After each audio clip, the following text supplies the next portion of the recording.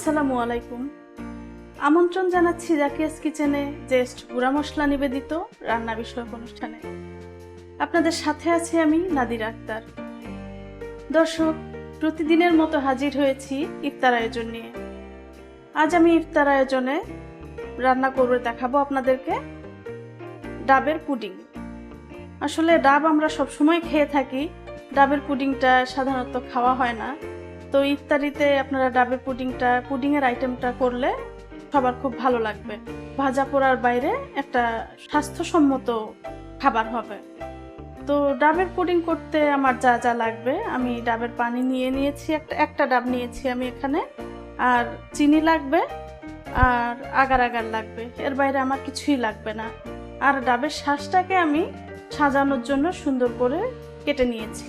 দর্শক, ডাবের পুডিং করার জন্য আমি আগে চুলাটা জাল করব না, আগে চুলা জাল ছাড়াই আমি এটাকে রেডি করব।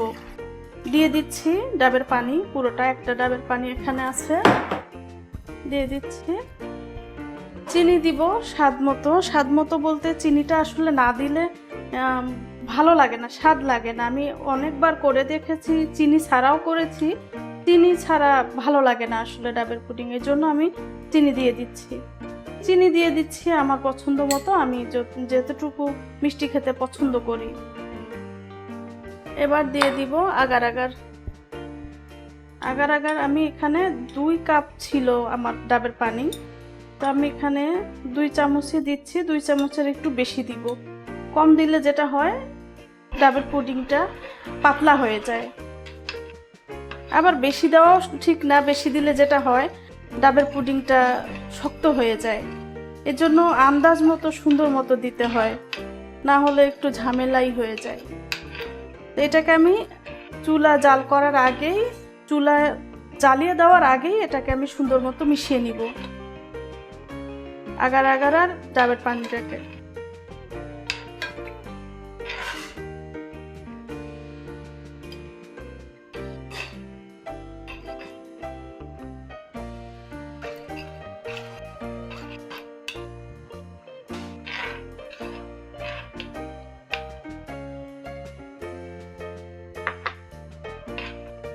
আগে সুন্দর মতো ডাবের পানিটাকে আগারের সাথে মিশিয়ে নেবেন, না হলে আগারগুলো দলা বেঁধে যাবে।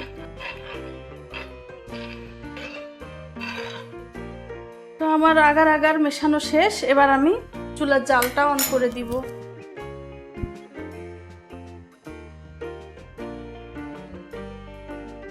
এটা আসলে বেশিক্ষণ রান্না করতে হয় না, 2-3টা বলক আসলেই আমরা চুলা বন্ধ করে দিব। অপেক্ষা করছি চুলায় বলক আসা পর্যন্ত। তো দর্শক, আপনারা যারা আমাদের অনুষ্ঠানে আসতে আগ্রহী তারা অবশ্যই আমাদের স্ক্রিনে দেখানো নাম্বারে যোগাযোগ করবেন। আর যারা আপনারা ইমেইলে যোগাযোগ করতে চান তারা ইমেইল অ্যাড্রেসে যোগাযোগ করবেন। আমাদের ইমেইল অ্যাড্রেস হচ্ছে kajiagro.tv@gmail.com।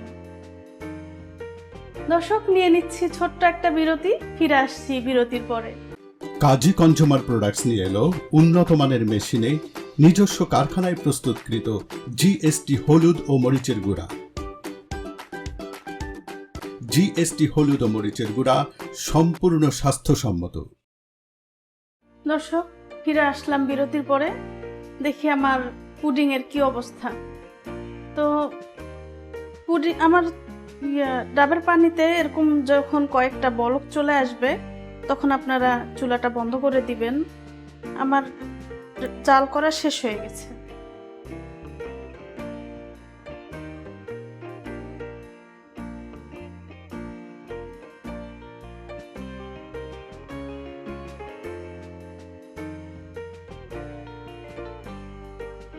দর্শক, আমি আর জাল করব না, চুলাটা অফ করে দিচ্ছি। আমি এবার এটা সেট করার জন্য রেখে দিব।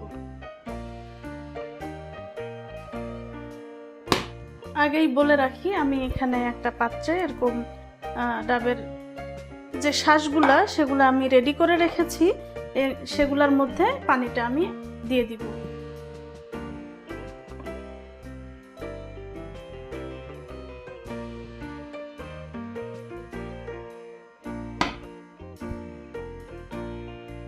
দর্শক, এটা আমার ঠান্ডা হওয়া লাগবে। ঠান্ডা হবার জন্য আমি কিছুক্ষণ অপেক্ষা করব। তারপর ঠান্ডা হবার পর ফ্রিজে রেখে একটু সেট করার জন্য রাখতে হবে। এই জন্য আমি কিছুক্ষণ অপেক্ষা করব।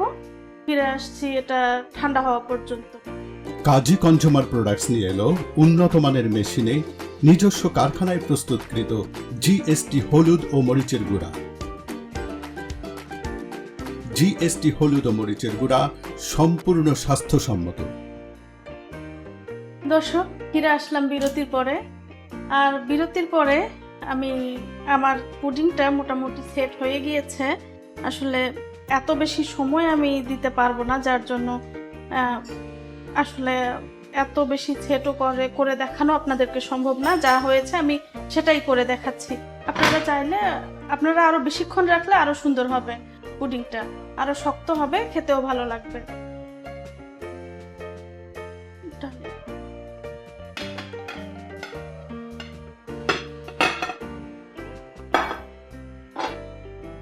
দর্শক, তৈরি হয়ে গেল আমার খুবই অল্প সময়ে তৈরি করা ডাবের পুডিং।